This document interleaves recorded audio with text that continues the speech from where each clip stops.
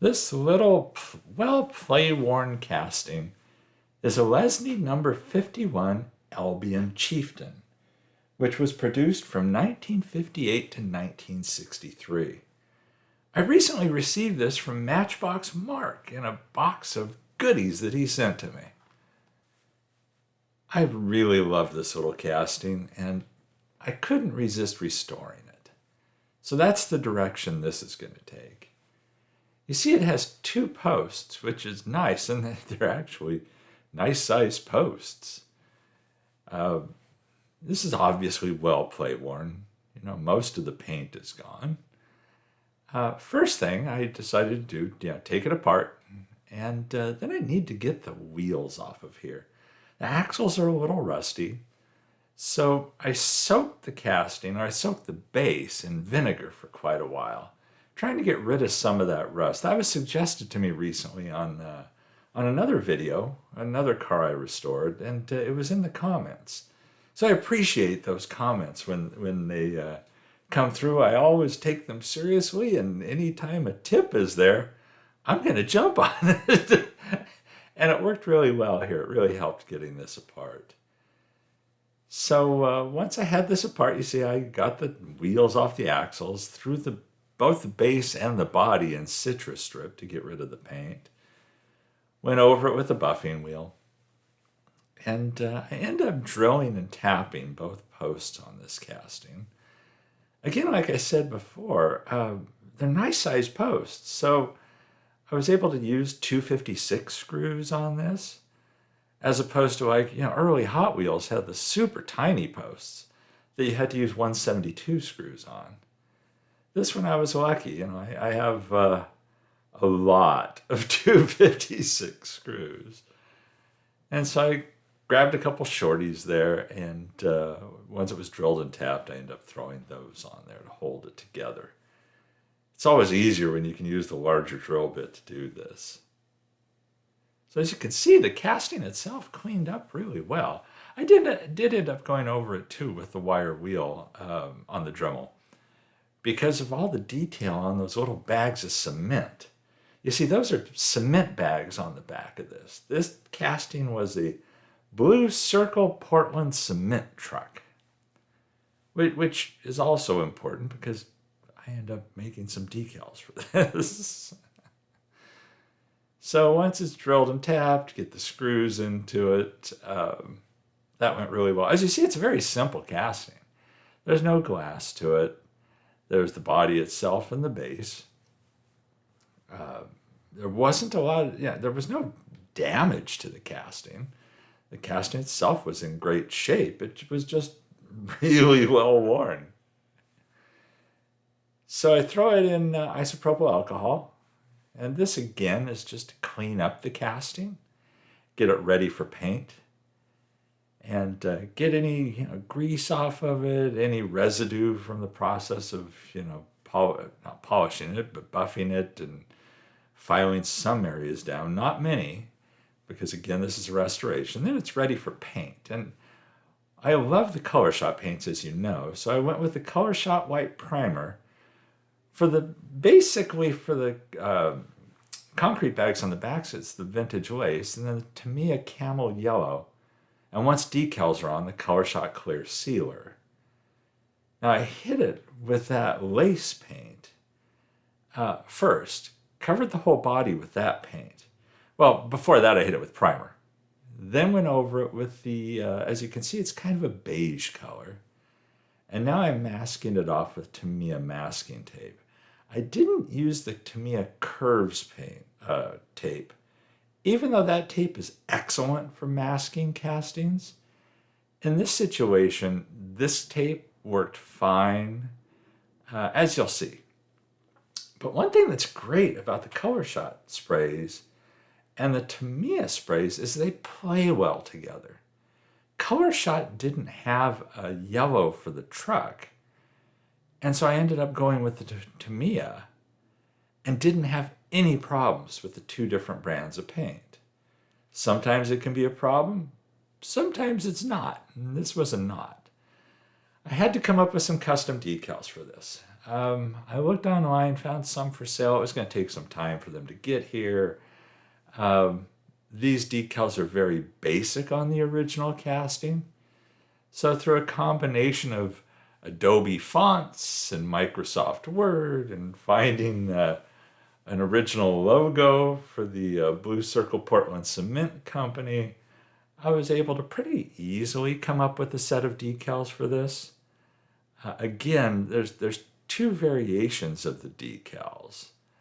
And so I went with the original ones that actually say Blue Circle Portland Cement. I did need to do white toner decals on here because of that yellow color of the casting. The white toner decals go down first. They provide the background for the blue decals that then go over it. It's a little extra work, as anybody who's used two-part white toner decals knows. And there you see the white that's down, for the wording on the side. I do that for all the decals all the way around, both the wording on the backs of the truck and the logos on the doors.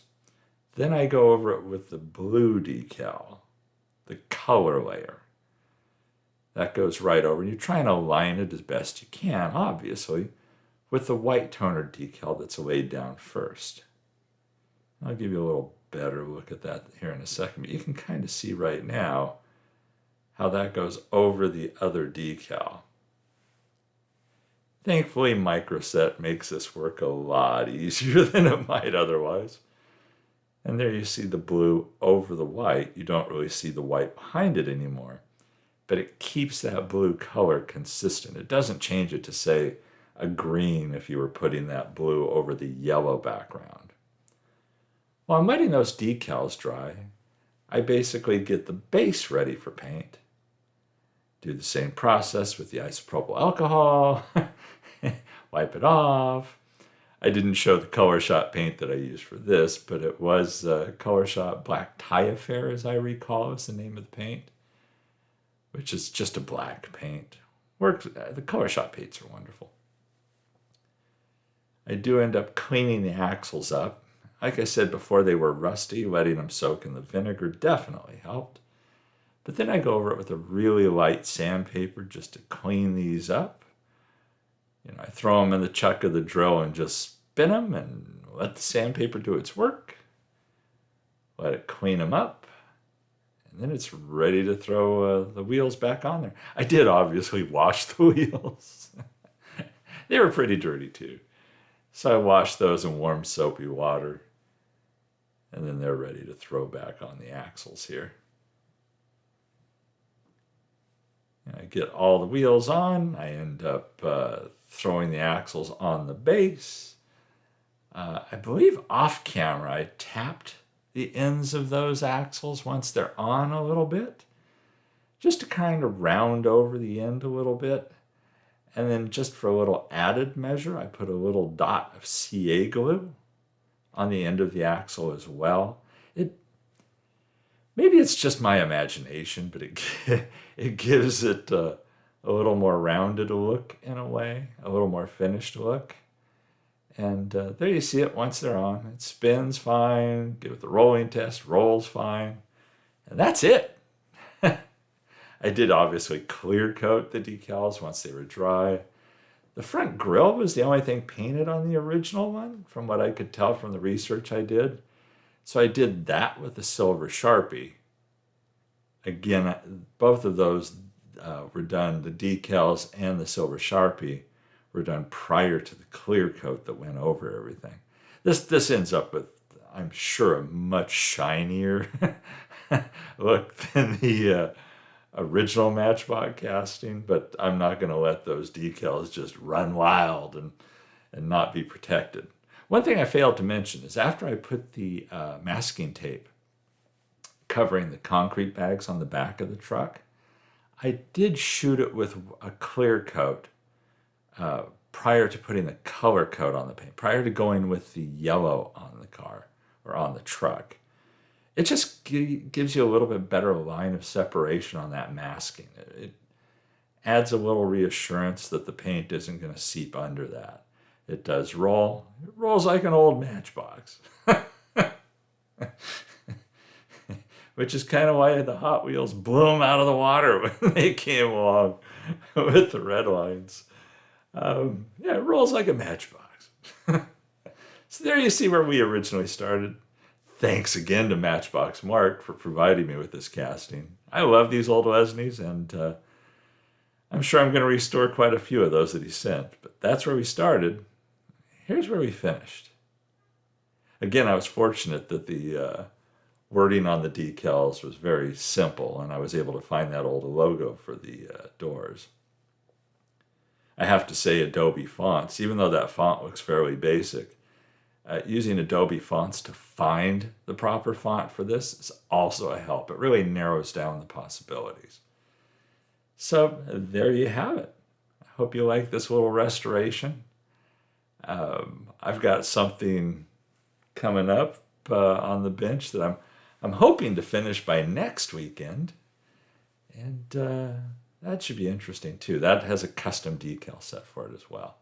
But here's this little simple build. I hope you like this restoration. Thanks for watching these videos. Thanks for supporting the channel. I truly do appreciate it. And everybody, thanks for watching. Stay safe and healthy out there.